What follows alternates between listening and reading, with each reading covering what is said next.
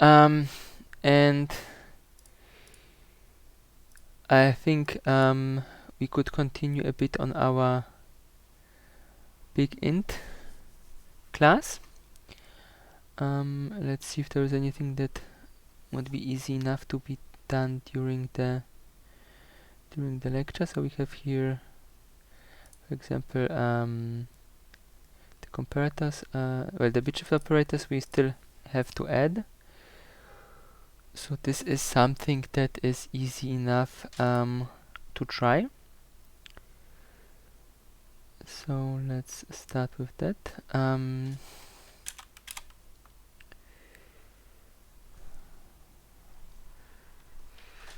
We will implement them the same way as before. So we'll make a function that creates a new element, and then we will apply the create the operator.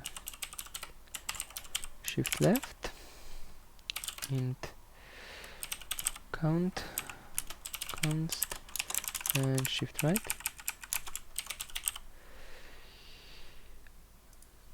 And then we make int shift left. Again, this just takes the account as argument. Const return shift left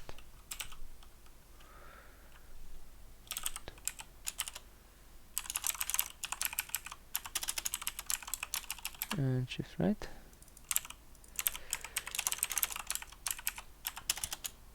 Alright. So there is of course a assigning operator as well, if I remember correctly, but it's not const, isn't there?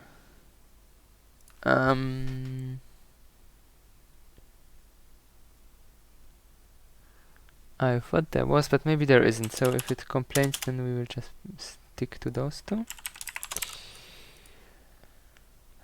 Let's quickly test that.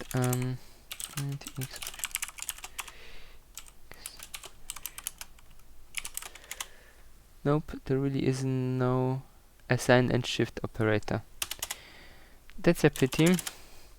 That's an exception to remember, because for most of the other mathematical operators, as we have seen, there are this operation and assign operators, which are usually quite convenient, but I guess in this special case, for some reason they thought no one would need that.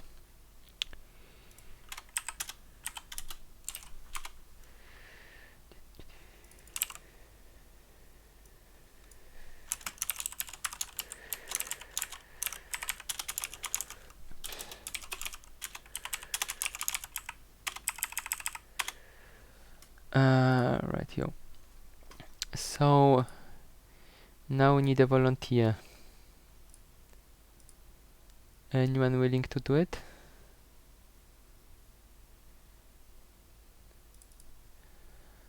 Well, I guess Mr. Kevin would be a good candidate. Would you like to try implementing it? It's not very difficult.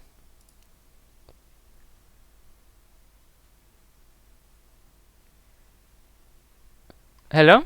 Can you hear me? Yes, I was talking the whole time, but my mic was turned off. Yes, your Sorry. mic was off. That happens. Let's quickly start the VNC tool. VNC server.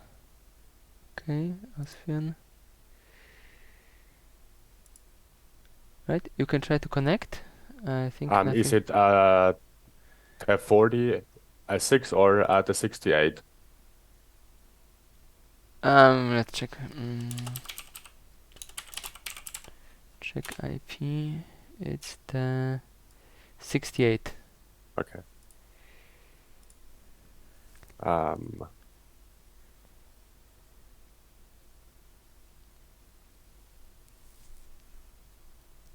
I would need the port again, please. We we chose a, what was the setting? A non-standard one.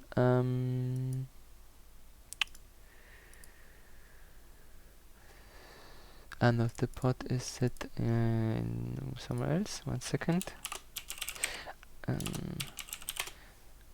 think it was 690, but I will check that.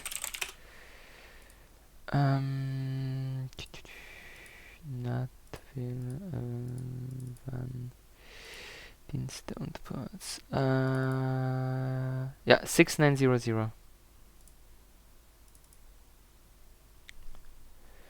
Wait, will that work? No, it will not. I need to update a detail. Now it should work. I should assign static IP address to my virtual machines, but I somehow don't bother, as usually it's not a problem. It tells me failed to connect to the server. Try again.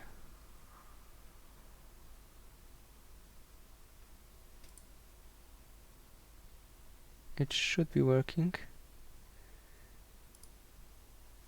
Let me try.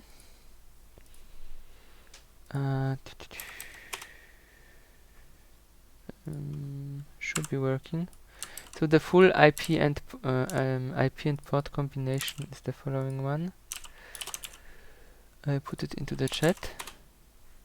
Okay. From my other test connection, it works fine, so it should work Yeah, from no, your end as well. I was able to connect last time, so I should be able to do it this way. Do I have to change the VNC password or not? It should be the same.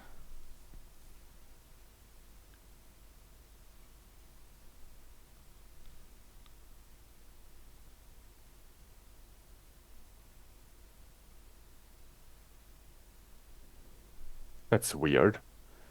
Yes, especially that it works from my other test connection, which is a complete different public internet IP, so it should be a very reliable test case. Just try creating a new connection for whatever reason. Maybe it's thought something wrong.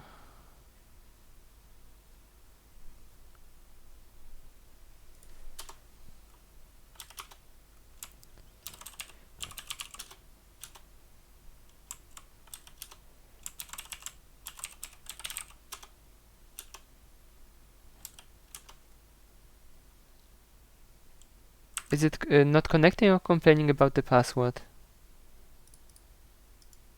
I can reset the password if you want. Give me a second. Okay.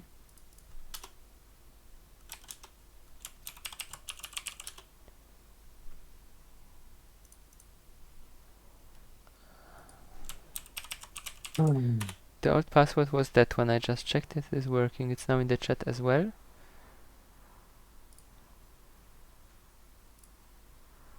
Authentication rejected. Then the password is wrong. Try the password which I just posted in the chat. Okay, yeah.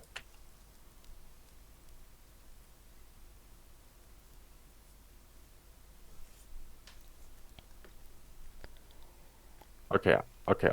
I'm in. Very good. So, what we want to do is to, as mentioned, bit shift the bits. So maybe I can write up a small demonstration what we expect to happen. So if we go here quickly to our test case and feed it in some binary pattern, then and make of course a big int out of it. Big int 6 7 7 is not used yet. Okay, well, we have test 2, but let's call it test 7. So what we expect to happen is that if we write something like this, big int 8 is equals big int 7, and then we shift it, let's say 5 times to the left. Oops, 5 times to the left. Then this pattern which was initially should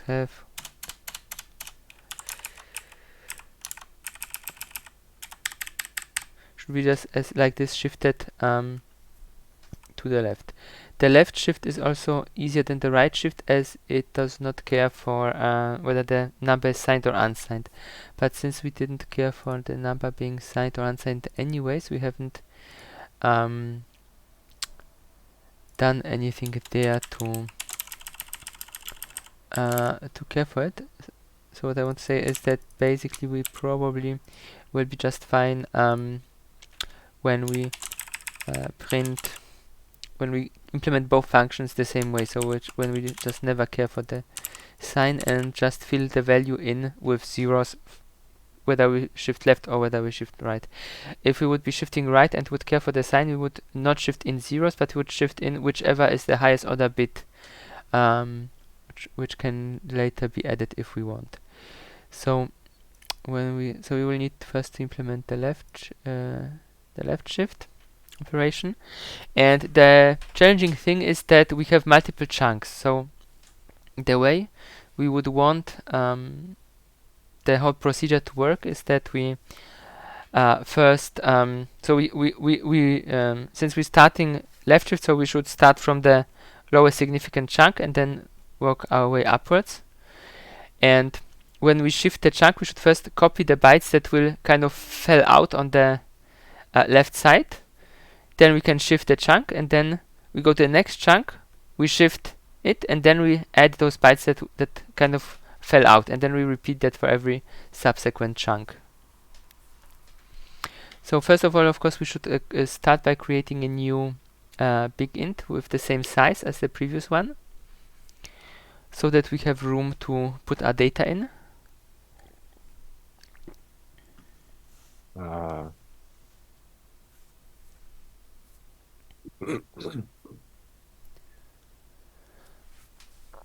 You can start by creating a variable of type cBigInt and call it shifted maybe, or yeah, shifted is a good name.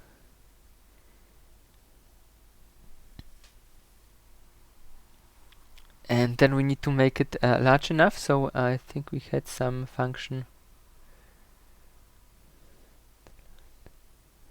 I would not call it as the same way as the function. It will work because there are different name scopes, but shifted left, for example. Shift add. Or shift L, yeah, it's fine, doesn't matter. Okay, I shifted L.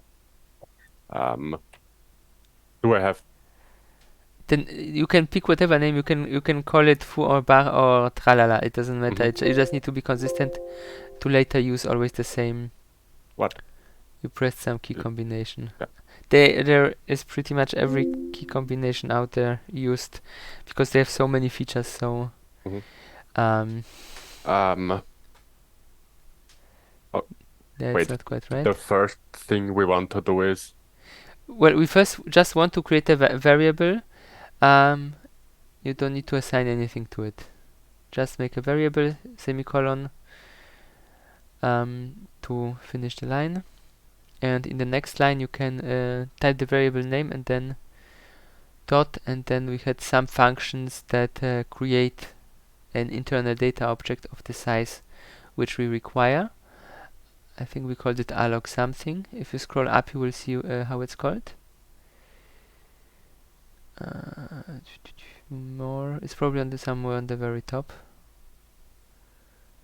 Detach, attach, detach, attach, maybe somewhere further down. Alloc data, yeah. Alloc data, and size is in which units? Count is in byte size of chunk. So we provide the size in bytes of our new variable to the alloc data, and you can just take the size variable from our current data object. So we can scroll down to the very bottom. Okay.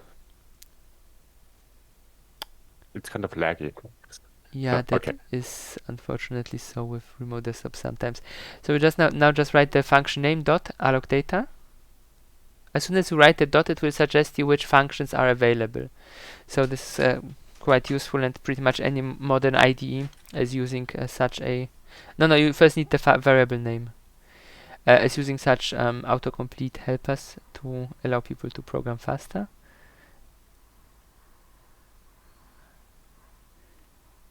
Why do type is equals? You need the same name as in line 159. 159. Just need the same name, Shift-L in this case, but without the definition, without the type, just the name itself.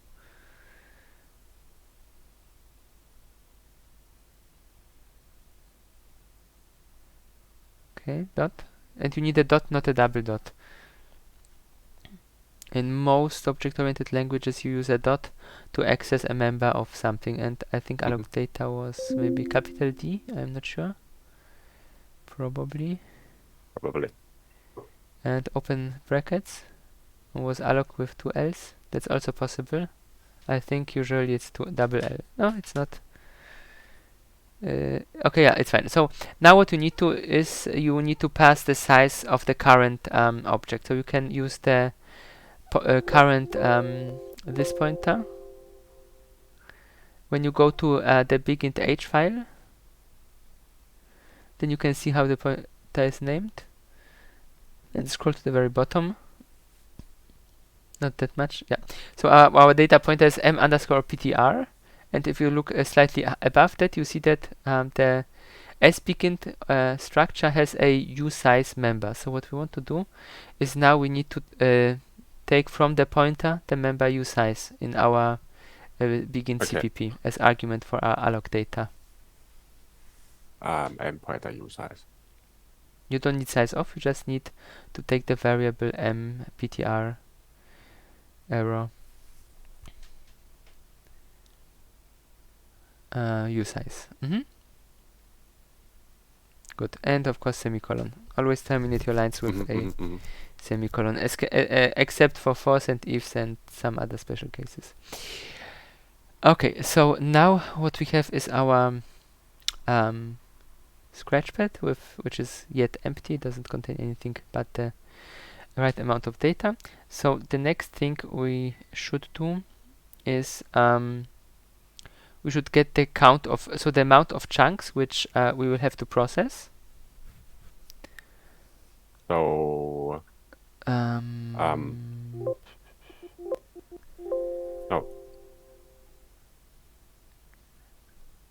yeah.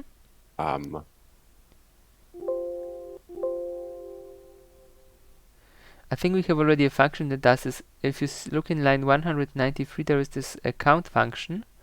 You can quickly go 193. to 43. There is this function count, which is used.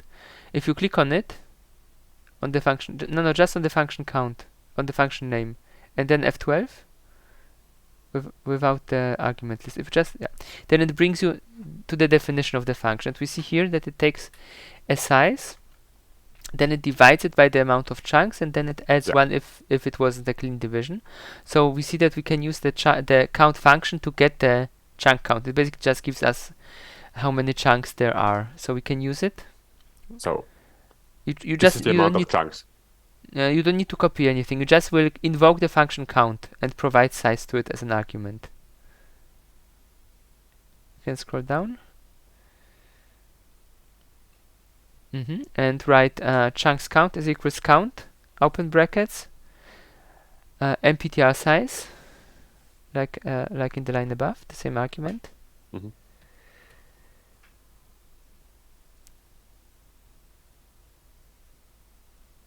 Okay, close bracket. Yeah, very good. Why is it complaining? May I have the mouse for a second? Yeah, sure. Where's the mouse? Here's the mouse.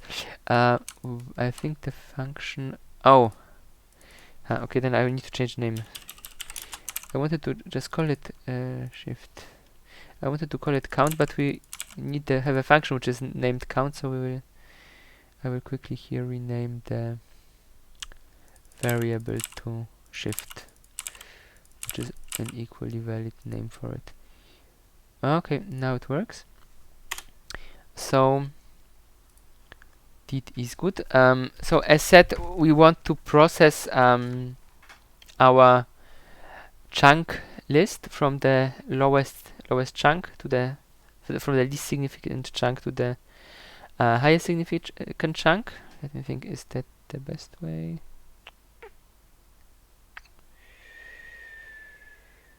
Yeah, that is, I think, a good approach. So make a loop that will start at let's think the least significant one will be at 0. Let's start at 0 and then goes to chunk count.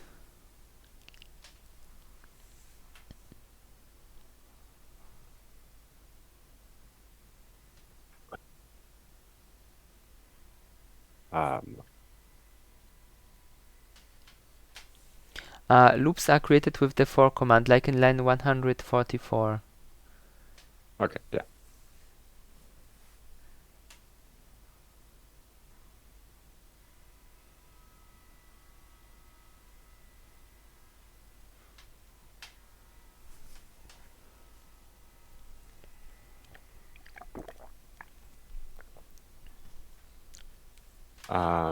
We want to start at 0.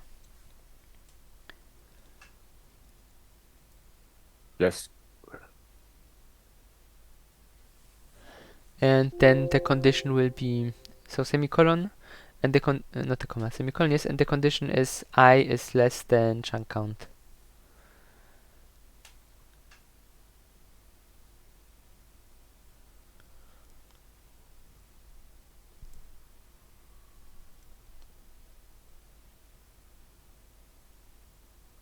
Oh, wait. I is less than the chunk count. Okay, and then another semicolon, and then we need to add what the loop is supposed to do in for every next iteration, and it is just I plus plus or plus plus I. That will in this case be the same, and of course you need to close it with a normal round brackets, not with a curly bracket. Oh, wait. This one is supposed to be here. Oh yes, that's a good catch. And then we can open curly brackets and close them for the function for the for body, so that we can have more than one line of commands inside.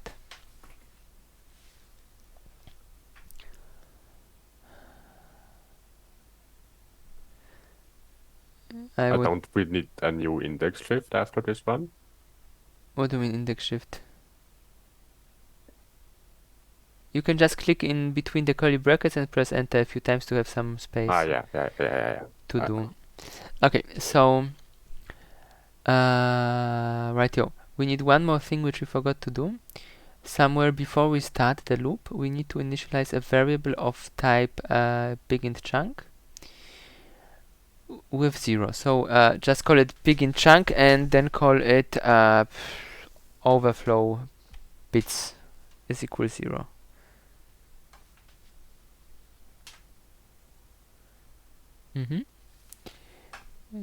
Yes.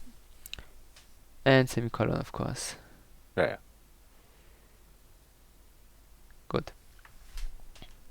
So the next thing we want to do here is we want to access the mdata variable of our shifted L begint object and assign to it the bit shifted version of our own data object.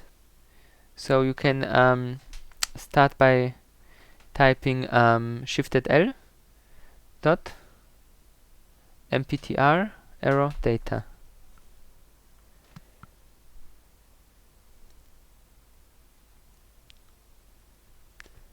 M underscore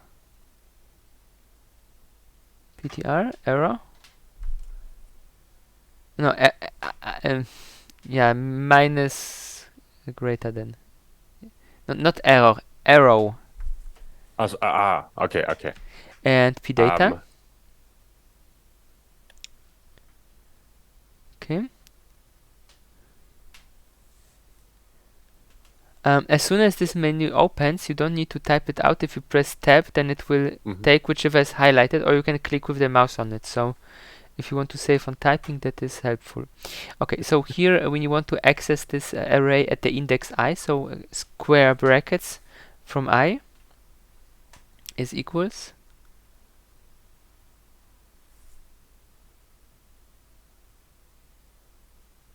square brackets from I. So first the square brackets. So first one square. Just square open square bracket I close square bracket. Yes, is equals.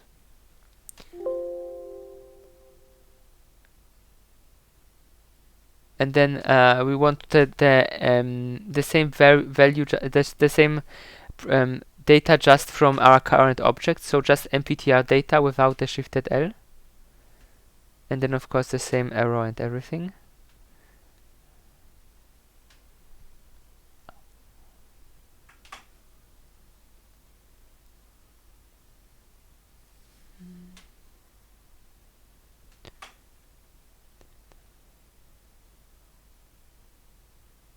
From I.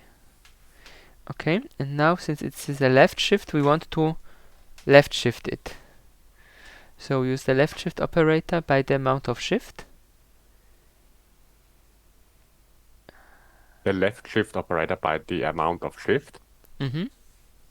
So you need twice the and then you can write the variable shift from the line 157.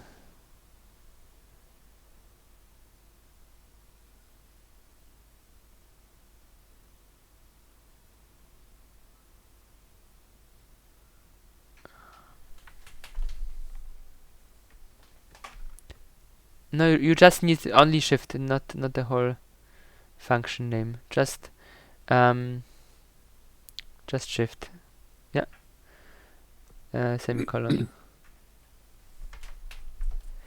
Okay. And now what we also want to do is we want to add the overflow bytes, which in the first iteration there won't be any, but in the second one there will be. So you can write shift L dot m underscore ptr arrow data from I is and then the well first write it out again. You could also copy it from the line above.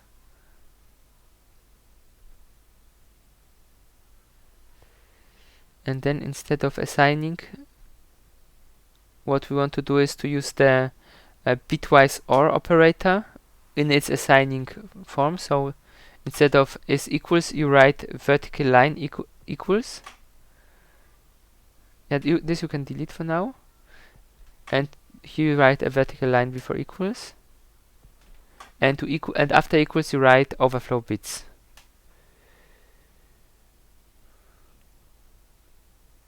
Semicolon, let me think. Right, that looks correct. There is probably a typo. Yeah, in the definition you have just bit, not bits. So just add the S in line 162. Okay, so and what we now need to do is we need to put the currently overflown byte, so to say, into our overflow bytes variable. So let's write in the next line overflow bytes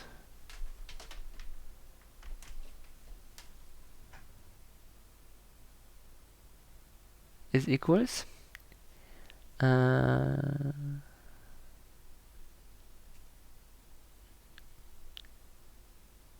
okay.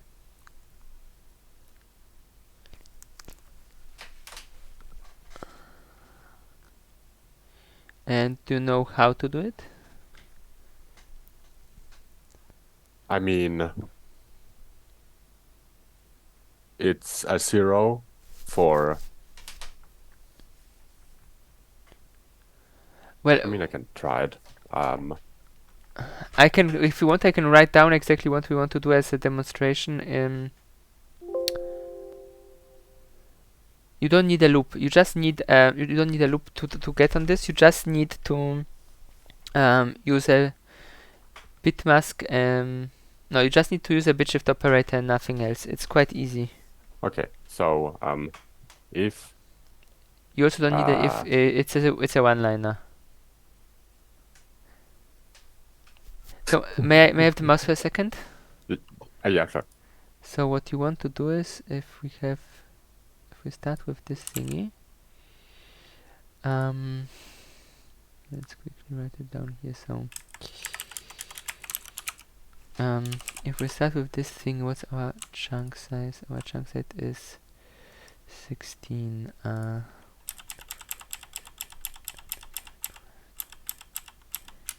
hope that's 16.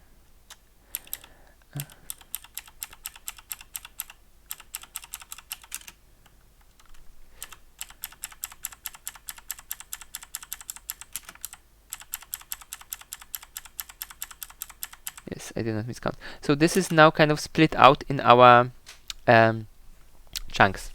And what we have done in the before line is during the first go through, we have taken this, and if we shift, let's say we shift everything by 5, so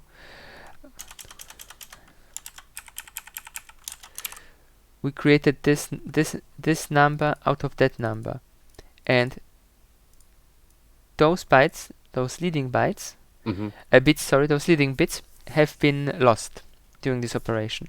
So what we want to do is, since we didn't do it like on our existing object, but on the just assigned a new value to our new object, we still have the bits in our original function, in our original data member here. We just want to extract them. And what we also know is that those 5 should be added to the last one of here. So kind of what we would do in the next iteration would be that here, oops, 1, 2, 3, 4, 5. 1,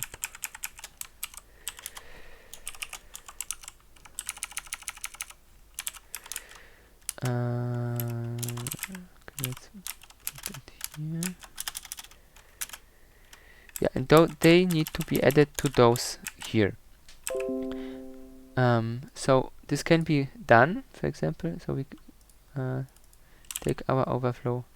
We have our overflow variable, and we want them from the top. So while here we've been shifting to the left, what we can do here is we can shift them, so our overflow bits, we can shift it to the right by the remaining amount of bits. So we would need to do size of chunk type times 8 to get bits, because size of gives us the bytes, and from this we subtract however many bits we've shifted, if I'm right. And then we should end up, if we shift in that direction with the right amount. There is one thing to keep in mind, that this needs to be unsigned. This is unsigned. This is okay. So now we should have here our overflow bytes, and during the next iteration we will add them to our string. So that should be it. Is it? Yeah, should be. So now we just need to return our shifted L and run the project to see if the test case successfully succeeds. You forgot to return shifted L at the end. You need to add a new line at the very end, after, not here, after the loop.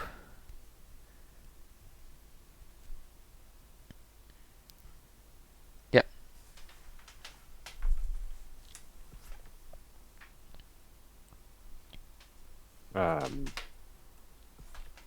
It was large L and with a capital S in the beginning. Just return shifted L semicolon.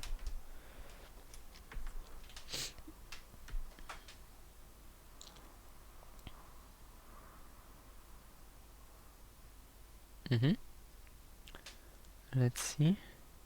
Now this is not yet the final. Okay, something. Yeah. May I have the mouse? we will just add here a r, and it just didn't want to compile because it wants to return something in a not yet completed function. So that's that. It did something. Let's see if it did the right thing. So that's what we got. That's what we got, and yep, it worked. Now it will not work for every value. We can test it. Let's shift it not by 5, but let's shift it by, I don't know, 25.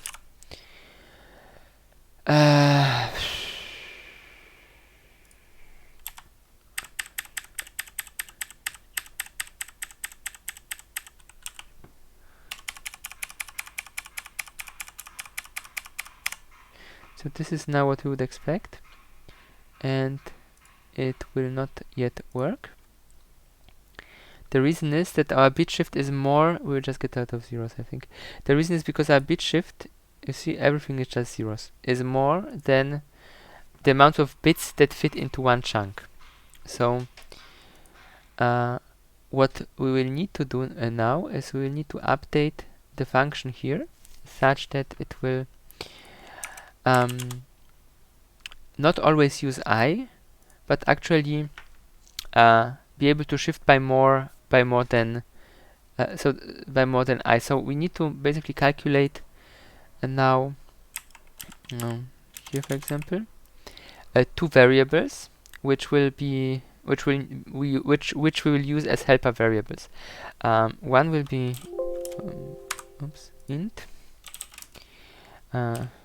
shift of bits, and the other will be shift of chunks. So what we want them to represent is how many bits in one chunk need to be shifted, and for the other one we want to represent how many chunks we need to shift, or by how many chunks we need to shift. So in the case of our 25 shift, the shift of chunks would be 1, and the shift of bits will be 25 minus 16 is 9. And now we need the code to get to these two numbers. Do you have an idea how to do that?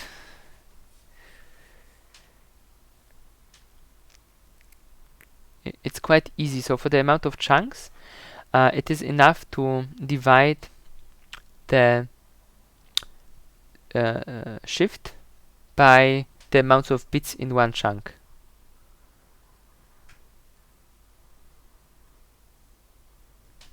Okay.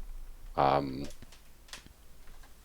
you just want to divide the variable shift by size of big int multiplied by 8.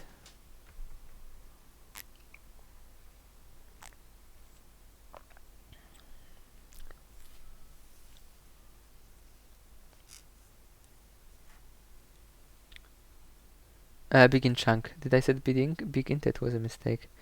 Like in line 176, and it's capital.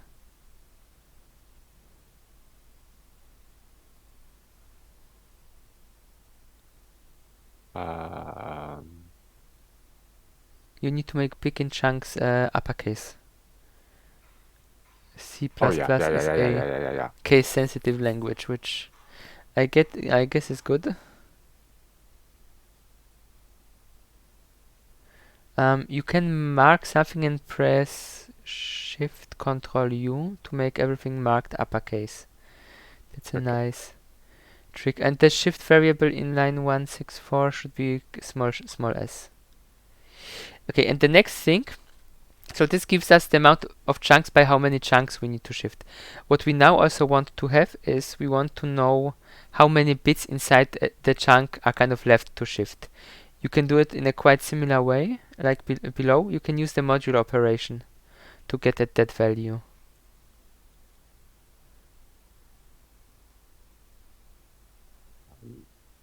We already have it we already have the variable name defined in line 163. Just need to replace the 9 with the right mathematical operation.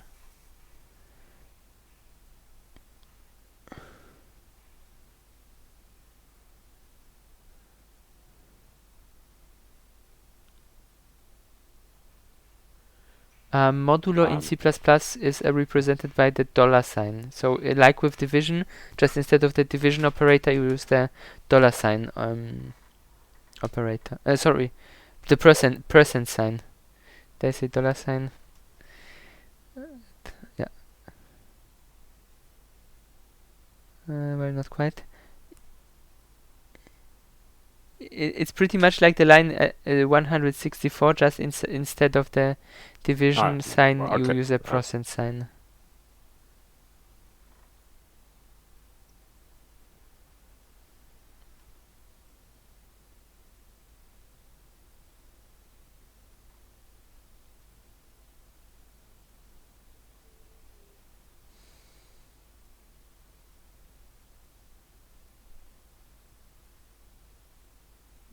You forgot the closing brackets.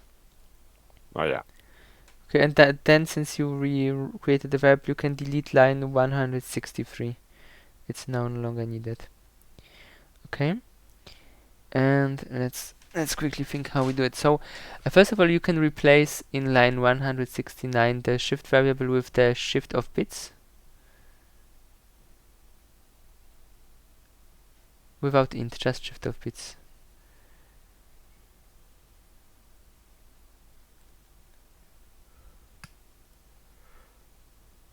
No, only on the end, just the shift. And in 177 the same thing. Are the overflow bits? No, they are fine. In line 177, you also use the shift variable. You need to replace it into shift of bits. Okay, and now let's think how to do that correctly. I have the mouse for a second. So we are shifting by more than one, so we will be taking a value from our and adding it to a value which is larger. So first of all, chunk count. We will want to subtract shift of chunks from it, because some chunks we will lose. So this is fine. And here when assigning, we want to make I plus this, and the overflow bits, that should be fine. Without testing too much, let's quickly run it and see if this actually works. It might not, since I didn't think it through. I just went with it as it goes. Let's see. But that looks promising. Yep, it worked perfectly. So this we can leave it in. Right here. So let's make it a bit nicer by removing unneeded lines and formatting the code a bit prettier. Good. So the next assignment would be to do kind of the same thing, just in the other direction. Do you think you can do that? Yeah. So to implement the shift right. Okay, then let's try it out.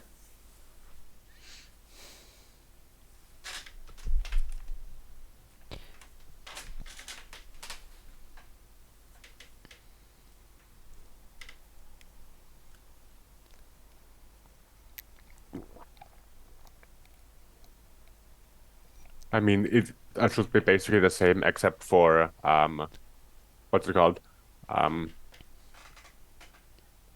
Except for at this part here, we would. There will be a couple changes. We will just add it, right? Nope. We will reverse the loop, go through it from the other side, and we will also use the other bit shift operators, and that's more or less it. It's not very different, but it's more than just one change.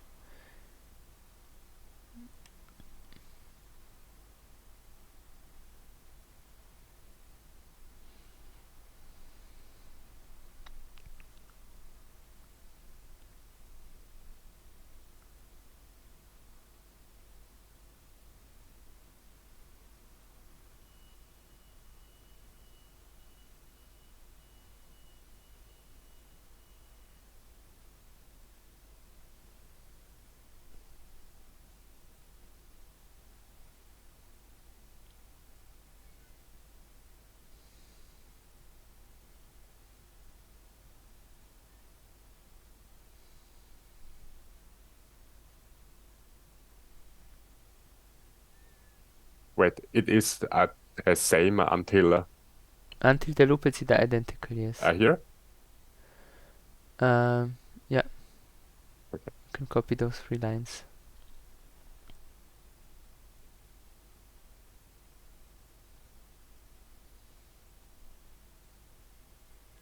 So I would recommend you to maybe first of all write like I did a test case so that you can see what you want to happen in the end. This is quite helpful. So you can, yeah, let's start with this variable. And then we want to shift it to the right. So 1, 2, 3, 4, 5. Mm-hmm.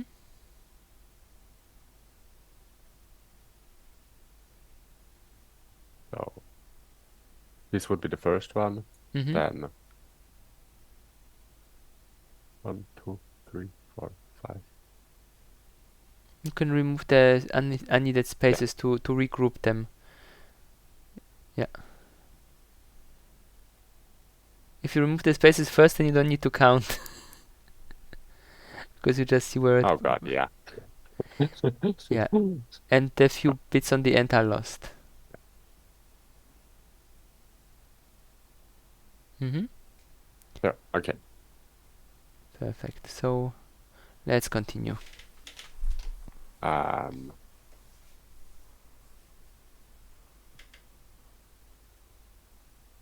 I mean, shouldn't it be like a general case and not just int plus I or I plus 5? Let me think.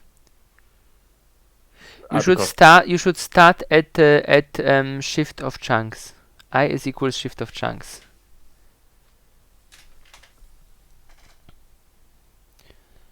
And you go until chunk count.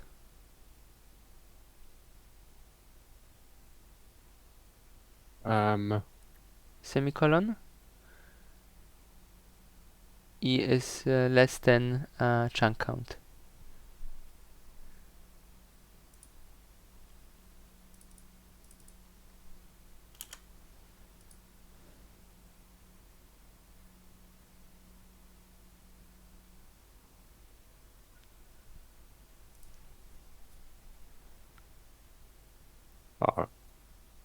wait.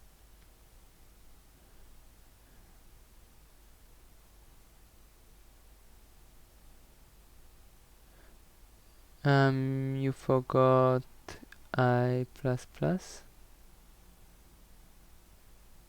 Wait, is that the way we want? Wait, is this the direction we want to go? Int 5.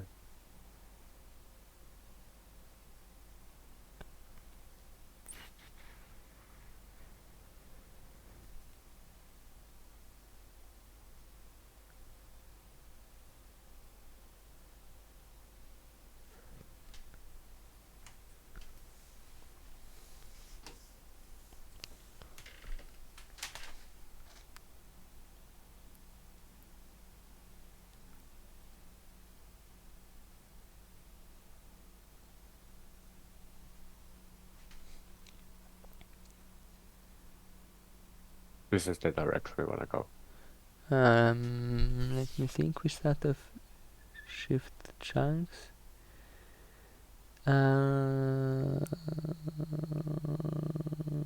We could, but I think it will be easier if we do it differently. If we start at the other end, if we start at chunk count minus shift of chunks, and then go until and including 0. That will make the code more efficient, I think. And here just greater or equals, because 0 is also a valid valid offset. 0, not chunk count then. Yeah. And you of course need to add semicolon I minus minus to decrement for every next iteration.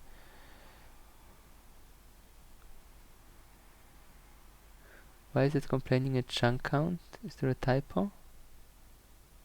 Oh yes, you wrote it with 2 n's, that's why. Chunk count. Oh yeah.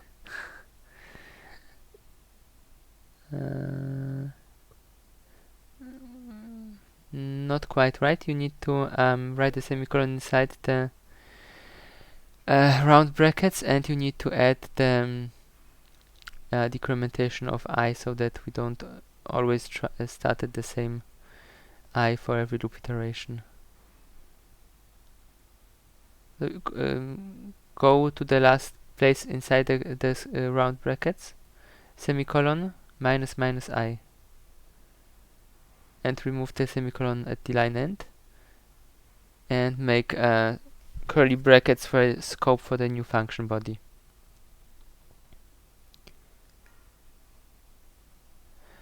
Okay.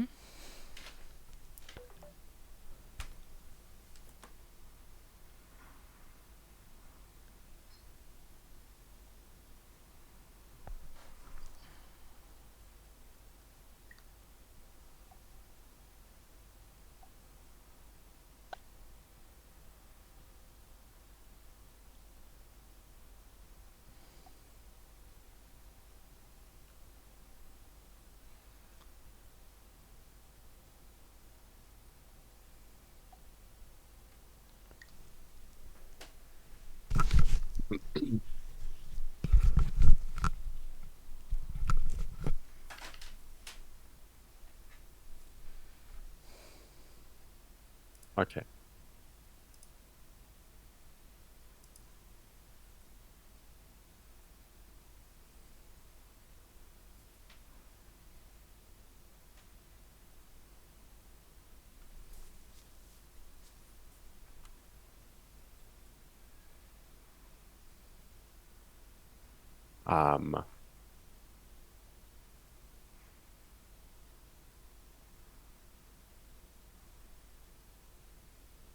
Is it I minus the chunk count? Let's see.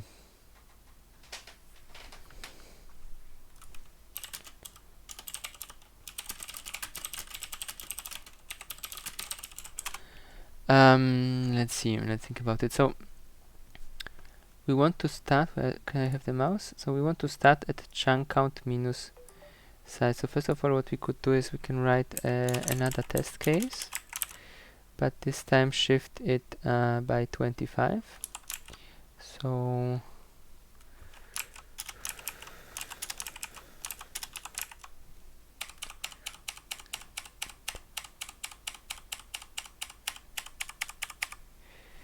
then we break it up where we want it. 1, 2,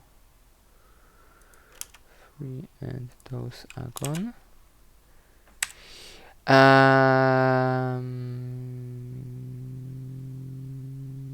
Yep. So if we start from the high order bit, let me think about it. We start from the high order bits.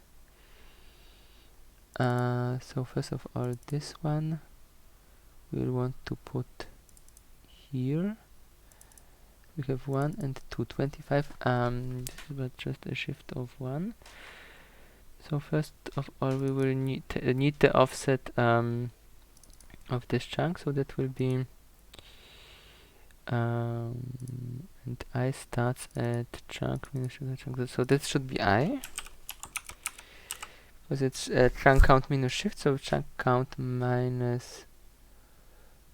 We need another -1 here, because we don't because the count is not the right value. We always need to decrement this by 1 to have the right index offset. So we start at I, and then we can assign to it like here from the current data, but not I. Instead, we will want to go with want to assign to this thing that thing. So we will need to have I plus size of chunks, and then of course the bits, which we will need to pre-populate for the next go through.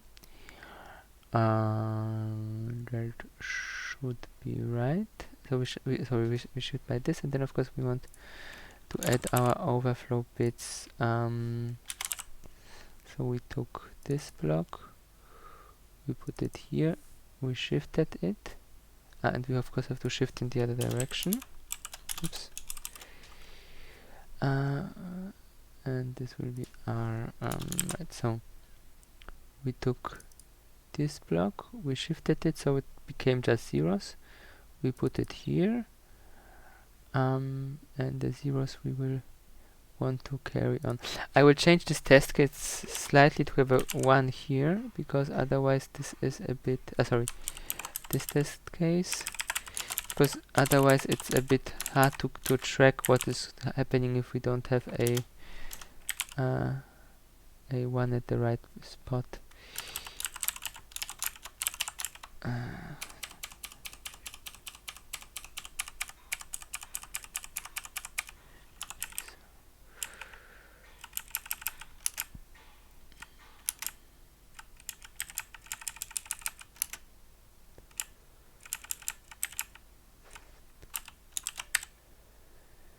Right here, that's a better test case. So we start with this block, we put it here, we shift things in this direction.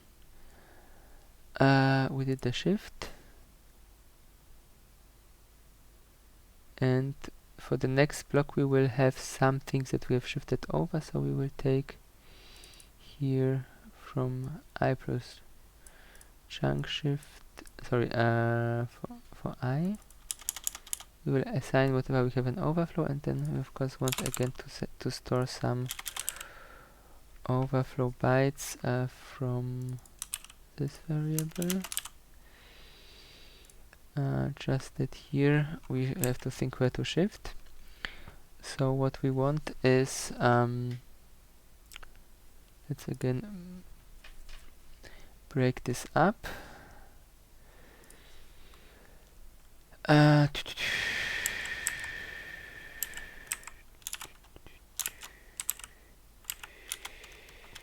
So this was somewhere up to here.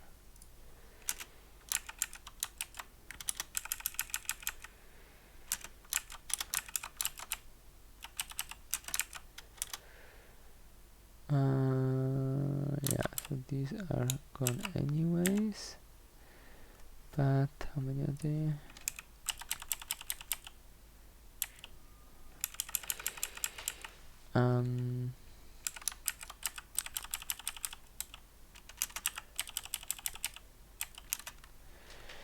Right, so let's see.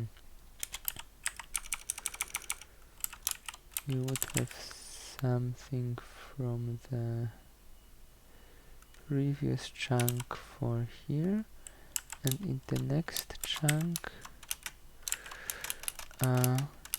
you would have those bytes plus those from the previous one, and then those go again to the next one. So we want to have the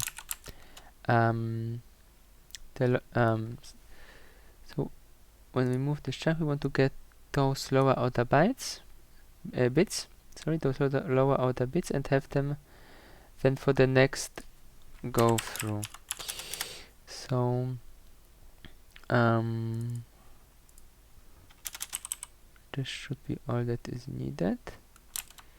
Take the current data, look at the overflow bits for the next time. Is that correct? Well, almost, because now they are at the very top, which is correct. That should be fine. So this should already work at this level. What we are missing is we don't have the initial overflow bits. So because this the way we now operate from the other side of the whole loop is that we start our operation already with the chunk shift. So I think this will not be quite correct. Let's just try what result it will produce, and then we can try to look into how to fix it. So we said that this is the valid test case.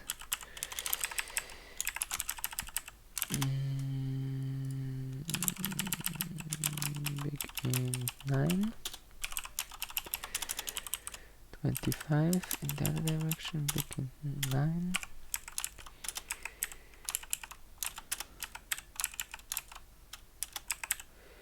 Alright, and we said that we want the whole thing to have a 1 at the beginning. So let's change our begin 7, tests 5b, test 2b has a 1 here. Right, yo, that is this. Yeah, let's try.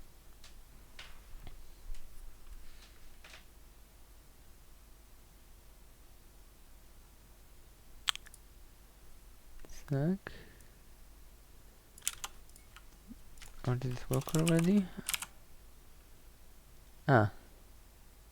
Oh yes, I put the 1 in the wrong place.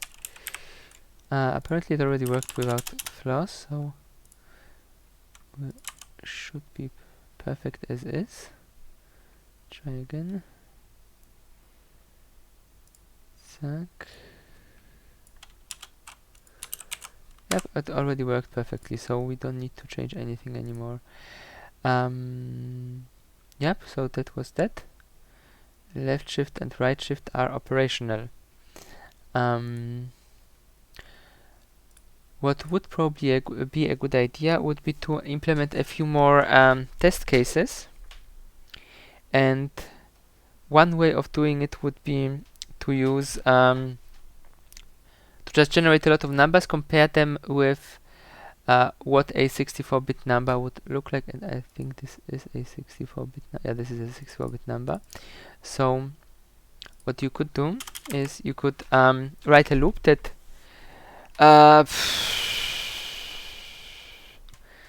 let's say randomly generates numbers as a 64-bit number, like this one, and then does a bit shift once using our big int, which has a 16-bit chunk count right now, and then does the same thing using the native built-in bit shift operator for a 64-bit number, and then compares the results. And then does this a couple hundred times with different random numbers, and then if each time the comparison is the same, then we know everything worked fine, and if the comparison would not be the same, then we know that something is broken. Would you like to implement such a test case? I mean, I don't know how. It's not difficult. You just make a loop that goes, let's say, from 1 to 1,000. We can try. It's really not difficult. Start here with a loop that goes from 1 to 1,000, or maybe 10,000 should be fast enough as well. And loops you make always with the for command, at least the ones we used. There is also a while loop, but we don't use while loops in this code at the moment.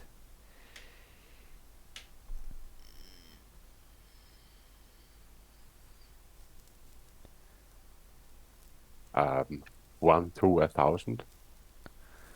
No, you need to make a variable, a loop variable. So int I is equals, let's say, 0.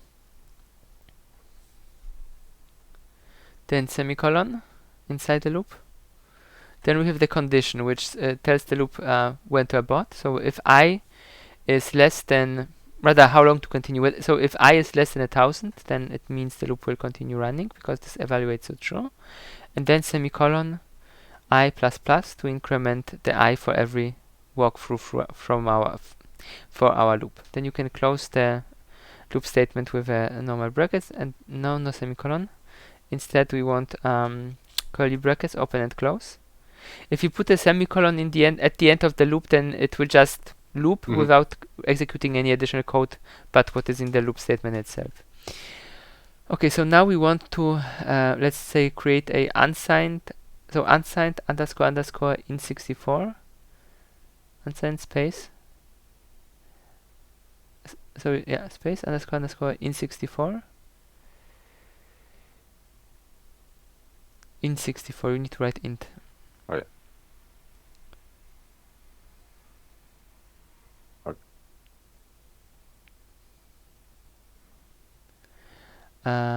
Is equals 0. Sorry, first you need a name. Let's call it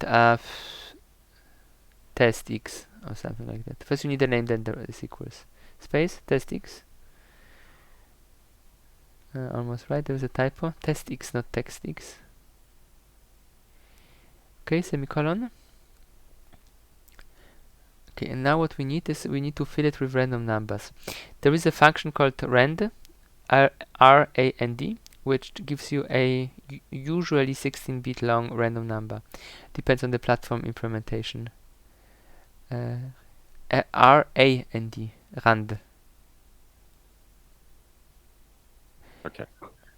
So for the first chunk, it's easy. You just assign test x is equals rand.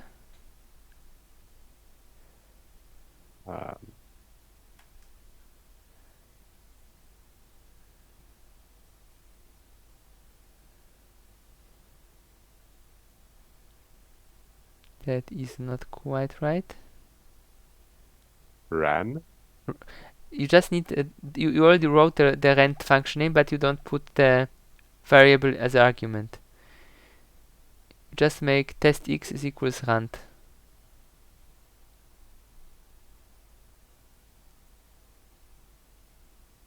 And you don't need the brackets. You just need the brackets after rand. Open, close. No. In line 47, just open, close, and semicolon. Okay.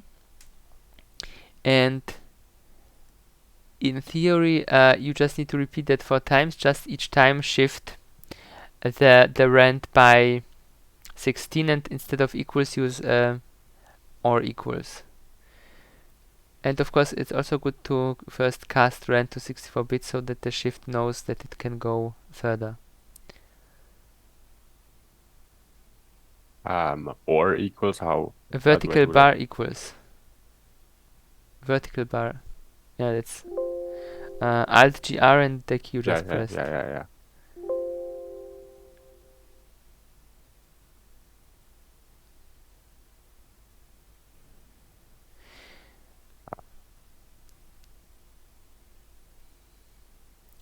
Now, what you also need to do is you need to cast the rand into a 64-bit number. So after equals, before rand, you open and close brackets. And write inside them the type you want it to be cast to. In this case, unsigned space underscore in 64.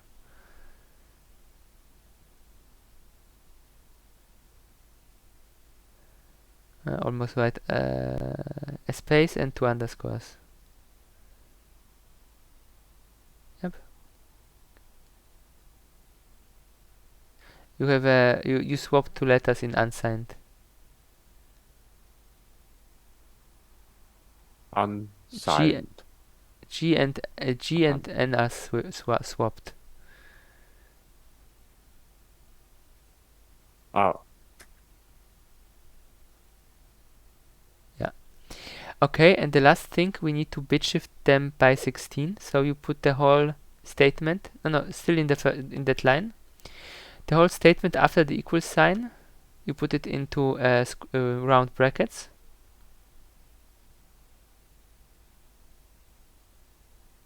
And then you shift it to the right by 16. So after the last bracket you just closed. Nope. After that, nope. After it, here. Use the right shift operator and right 16. That's the left shift. That's the right shift, yes. 2. You need two less than signs, otherwise it's just a comparison. And then you just copy the line 2 more times, and each time you change the 16 first to 32 and then to 48.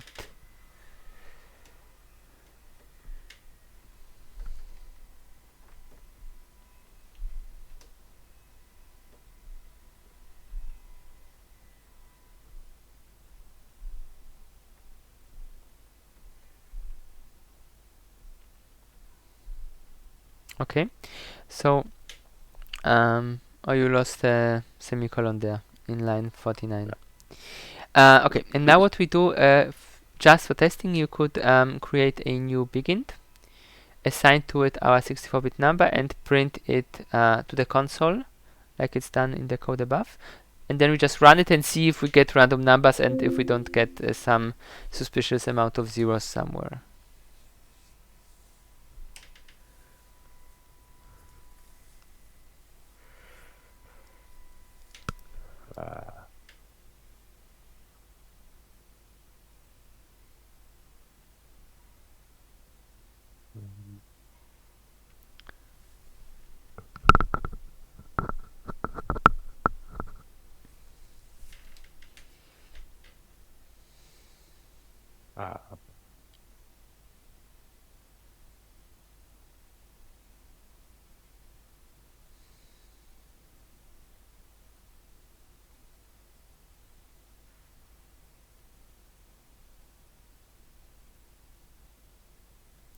Almost right, you just forgot to define your myBegin10 variable. You need to add a line between line 50 and 51 and define the variable there and assign the integer to it. Nope, one line above.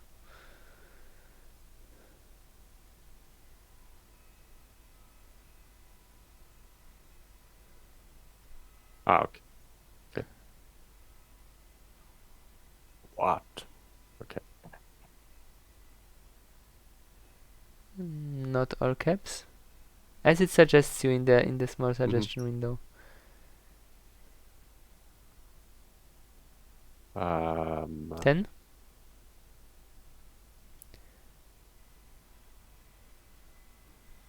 Seven. No, test x. Test x, not begin anything, just test x, as like the name we created in line 46. And with an S, not with an X. And semicolon. Okay, let's run it.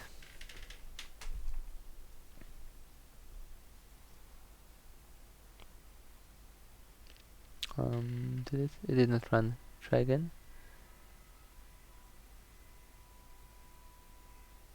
Well, that looks random.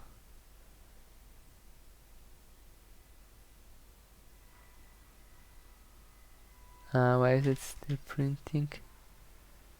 I think this arrow runs it without a debugger, and this one runs it with debugger. Okay, so that worked fine. So we have our random numbers. Let's add an indentation here to make it look nicer. Okay, so we have our two numbers. So the next thing to do is to make a copy of both. No, first we make a loop. So add a new line and add a loop that goes from 0 to 64.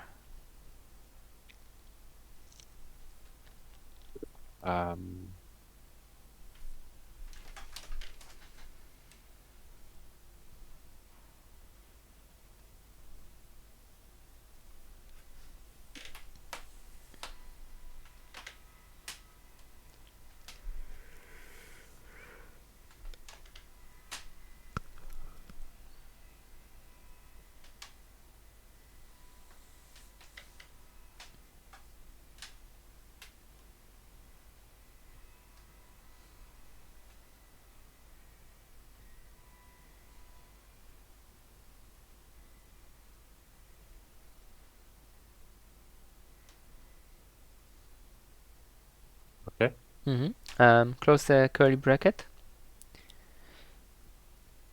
And inside our for loop, create a copy of test x and a copy of myBegint. And no, you don't need to recreate it. Just make a copy of the two variables. So it's just two individual lines.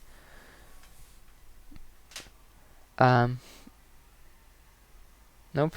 Just write unsigned unsigned space underscore underscore int64. Let's call it temp x, or the test x6, yeah, it's fine, is equals test with 1x. And I think unsigned has a typo again because it's being underscored. Oh yeah.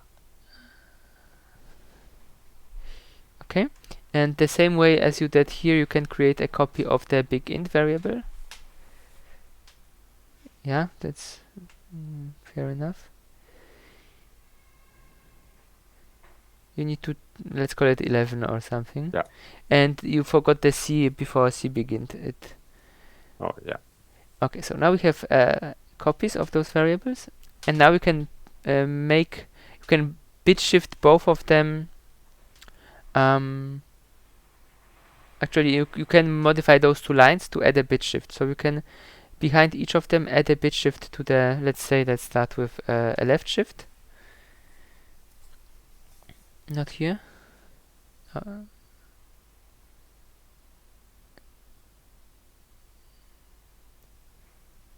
That's a right shift, but okay. Okay, that's almost. You need to use two. You need always to use two characters for a bit shift. One character is just a comparison, and then as the how many bits to shift, we just specify I. So we shift by the I amount of bits. In the second case as well. And then you will use a loop to compare. Sorry, then you will use a for to compare inside our loop whether. No, not here. You add a new line after line 56. And then you want and then you use a if to compare whether the test XX and begin 11 are the same.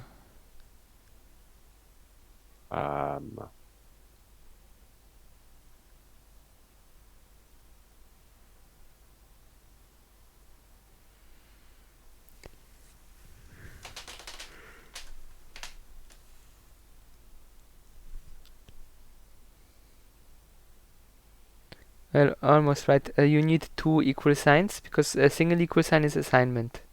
Two equal signs are comparison. It's complaining. Interesting. Then you need to make a zebegint out of test XX as well. So you wait, I see there another bug. In line 56 you should just use 1x. Wait, no, not good. May I fix it quickly? Yeah. There's a couple bugs. So first of all, we wanted to copy this one here, and then to fix the error we just make. Okay, yeah, good. And usually when you make a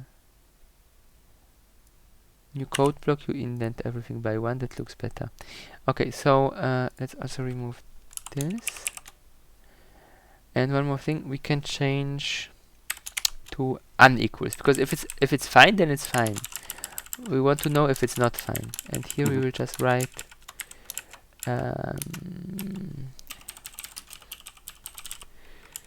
shifting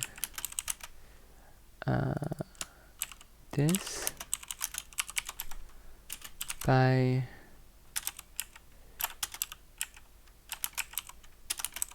I L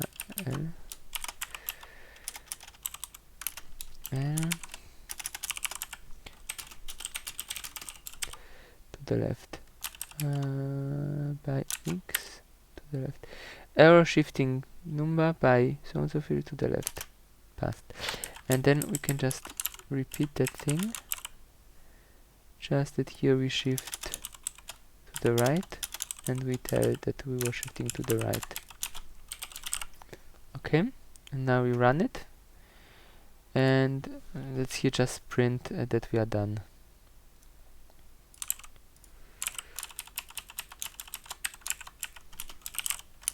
Oops, done. And I hope 10,000, that should not be that much. If it doesn't have to print it to the screen, done. And it didn't write an error, so all the tests passed. This was successful, so we are happy. Apparently our two shift functions work as expected, The chance of there being still some errors kind of zero, because we had like 10,000 cases we shifted by any Mhm. amount it could have been shifted.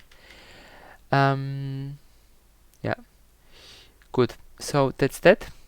And since we are running out of time, I would say that will be it for today. I think I gave you enough homework assignments the last time, so there will be no new homework today. Just look to finish those assigned already, and we will see each other next week. Yep. Okay. I have one last question. Yes? Is there any kind of script or so that you would recommend for Well, a beginner? there are enough C++ books for beginners, just pick any of them. But Okay. what you could do is you could watch the recordings of the last semester's lecture, type part 1. There we explain in painstaking detail how C and C++ work from in two ways. So once from the high level view, so when you just want to write programs, but also from a low level view, so how actually this code is then translated and interpreted by the compiler to generate machine code, and how then the CPU is executing that instructions, which instructions are Okay. available, etc. Are Yeah. those the 2.5 hour Yes, videos on the channel? Okay, Yes. okay. just the ones from Okay. the previous semester, because the ones from now are for the part 2, and part 2 assumes that you already know how to use C++, and they show the different low-level features that you would have on one hand in Windows, and on the other hand, which it introduces a new a framework which is very useful to generate platform-independent applications with graphical interfaces, called Qt.